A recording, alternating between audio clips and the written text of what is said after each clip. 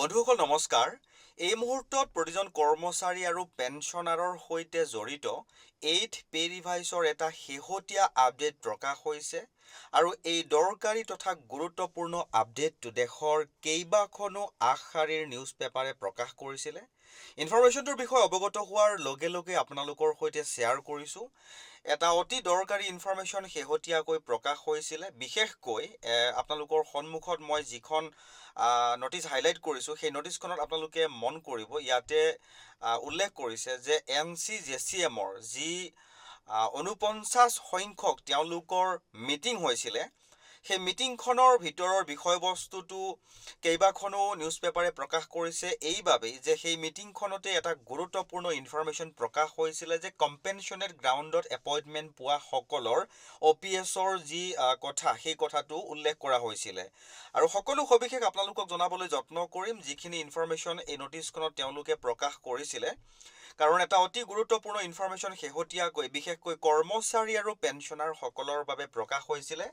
তেওঁলোকৰ যি 49 সংখ্যক মিটিংখন অনুষ্ঠিত কৰা হৈছিলে, সেই অনুষ্ঠিত কৰাৰ সময়ত তেওঁলোকে কেইটামান তেওঁলোকৰ লক্ষ্য উদ্দেশ্য হাতত লৈছে। চৰকাৰৰ বাবে তেওঁলোকে মেমৰেণ্ডাম প্ৰস্তুত কৰি প্ৰস্তাৱ দাখিল কৰিবলৈ তেওঁলোকৰ প্ৰথমটো যিটো পইণ্টছ আছিলে, সেইটোৱেই হ'ল কৰ্মচাৰীসকলৰ মিনিমাম পে'টো বৃদ্ধি কৰা।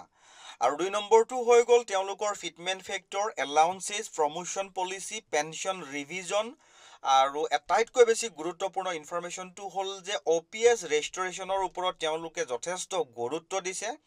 তাৰপিছত NPS বা UPS সম্পূৰ্ণভাৱে কৰ্মচাৰী আৰু পেঞ্চনাৰসকলৰ পৰা উইথড্ৰ কৰাৰ ওপৰতো তেওঁলোকে জোৰ দিছে। আৰু তাৰপিছত কম্পেনশ্যনেট গ্ৰাউণ্ডত যিসকলে এপইণ্টমেণ্ট পাইছিলে, বিশেষকৈ 2004 চনৰ আগত কম্পেনশ্যনেট গ্ৰাউণ্ডত যিসকলে এপইণ্টমেণ্ট পাইছিলে, তেওঁলোকৰ বাবে OPSটো কম্পালচৰি কৰাৰ কাৰণে তেওঁলোকে জোৰ দিছে। এই মিটিংখনতে তেওঁলোকে গুৰুত্বপূৰ্ণ কিছুমান ডিছকাশ্যন কৰিছে। চৰকাৰলৈ তেওঁলোকে মেমৰেণ্ডাম দিবলৈ কাৰণে এই মিটিংখনতে তেওঁলোকে আলোচনা কৰিছে।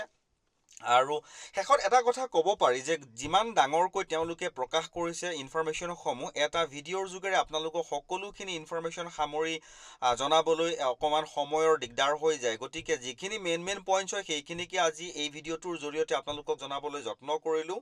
আৰু তেওঁলোকে যিখিনি বিশেষকৈ 8th পে কমিশ্যনক লৈ শেহতীয়াকৈ তেওঁলোকে যিটো সিদ্ধান্ত লৈছে চৰকাৰৰ ওচৰত দাখিল কৰিবলৈ, সেইটো এটা গুৰুত্বপূৰ্ণ ইনফৰমেশ্যন। কাৰণ কৰ্মচাৰীসকলৰ মিনিমাম পে বা এলাউন্সৰ ওপৰত তেওঁলোকে জোৰ দিছে আৰু বিশেষকৈ OPS-ৰ ওপৰতো তেওঁলোকে এৰি দিয়া নাই, OPS-ৰ ওপৰতো তেওঁলোকে জোৰ দিছে।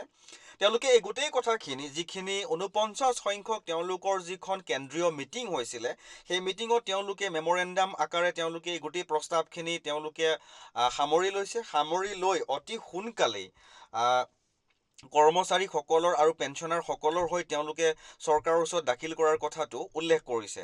বন্ধুসকল, এটা গুৰুত্বপূৰ্ণ ইনফৰমেশ্যন বুলি ক'ব পাৰি, বিশেষকৈ কৰ্মচাৰী আৰু পেঞ্চনাৰসকলৰ বাবে শেহতীয়াকৈ যিটো প্ৰকাশ হৈছিল আৰু দেশৰ কেইবাখনো আগশাৰীৰ নিউজ পেপাৰে প্ৰকাশ কৰিছিলে বাবেই ইনফৰমেশ্যনটো আপোনালোকৰো এটা সহায় হওক বুলি জনাবলৈ যত্ন কৰিলোঁ। যদি ইনফৰমেশ্যনটো ভাল লাগিছে বা আগলৈকো যদি এনেকুৱা কিছুমান গুৰুত্বপূৰ্ণ ইনফৰমেশ্যন আপোনালোকে পাই থাকিবলৈ বিচাৰে, তেনেহ'লে আমাৰ চেনেলটো ছাবস্ক্ৰাইব কৰি হাতত ৰাখিব।